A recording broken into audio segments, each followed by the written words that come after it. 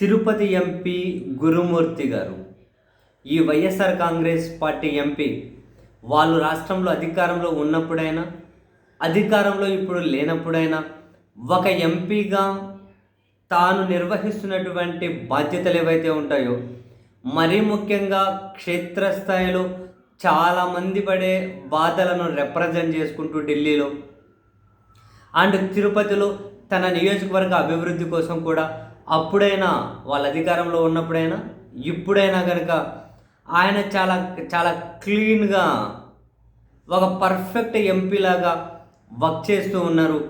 ఇప్పటికే చాలా అంశాల మీద పార్లమెంట్లో లోక్సభలో ప్రసంగించడమే కాకుండా కేంద్ర పెద్దల దృష్టికి తీసుకెళ్తూ ఉన్నారు రెగ్యులర్ ఇంటర్వెల్స్లో. తాజాగా కూడా చూడండి, రాయలసీమలో మరీ ముఖ్యంగా అంటే మిగిలిన ప్రాంతాల్లో నేను క్షేత్రస్థాయి వరకు వెళ్ళి ఏమంటారు గల్ఫ్కు వెళ్ళి అంటే అన్ని చోట్ల ఉన్న సమస్యలే. గల్ఫ్కు వెళ్ళే వాళ్ళు ఎవరైతే ఉంటారో గల్ఫ్ కంట్రీస్కి వెళ్ళే వాళ్ళు కార్మికులుగా వీళ్ళు ఏమంటారు వీళ్ళ సమస్యలు చాలామందికి తెలిసే ఉంటాయి. రాయలసీమ జిల్లాల నుంచి ఎక్కువ మంది వెళ్తారు కాబట్టి ఇక్కడ వెళ్ళిన వాళ్ళు ఎలాంటి సమస్యలు ఎదుర్కొంటూ ఉన్నారు అన్నది మీలో కూడా చాలామందికి తెలిసే ఉంటుందేమో. ఇక్కడ నుంచి వీళ్ళు అష్ట కష్టాలు పడాలి, అక్కడికి పోవాలి, అక్కడ ఒక కపిల్ అనే అంటారు, వీళ్ళు కపిల్ అంటారు కదా, కఫాలా వ్యవస్థ. ఆ కపిల్ వీళ్ళ పాస్పోర్ట్లు తీసేసుకొని వీళ్ళ వీసాలు తీసేసుకొని వీళ్ళు ఎక్కడ పని చేయాలి ఇవన్నీ కనుక వాళ్ళ గుప్పెట్లోకి వెళ్ళిపోతాయి. అక్కడ ఎంత జీతం ఇవ్వాలో వాడే నిర్ణయిస్తాడు. ఆ జీతం టైంకి ఇచ్చేది ఉండదు. చివరికి వీళ్ళు వేరే దగ్గరికి పని మారాలి అన్న దేశం, మళ్ళీ ఈ దేశానికి రావాలి అన్న రకరకాలుగా వాళ్ళ అనారోగ్యం పాలైన చాలా చాలా ఇబ్బందులు పడుతూ ఉంటారు.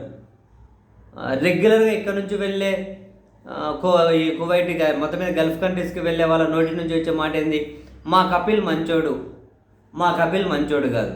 అంటే వీళ్ళ బతుకంతా కనుక ఆ కపిల్ మీదే ఆధారపడి ఉంటుంది.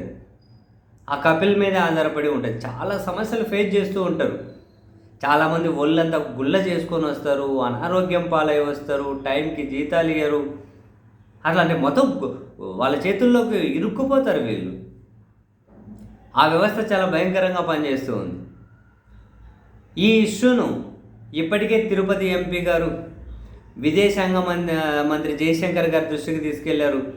అండ్ తాజాగా మరో ఎంపీ మేడా రఘునాథ్ రెడ్డి గారితో కలిసి కువైట్ కమిషనర్ను కలిశారు. ఇండియన్ హై కమిషనర్, ఇండియాలో కువైట్ హై కమిషనర్ను కలిశారు. కలిసి దీని మీద తనకు వివరించి దాని మీద రిప్రజెంటేషన్ ఇచ్చారు.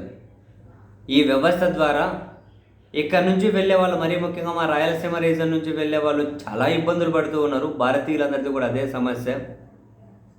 సో దయచేసి ఈ కార్మిక చట్టాలను పరిరక్షించండి, మరింత పటిష్టం చేయండి.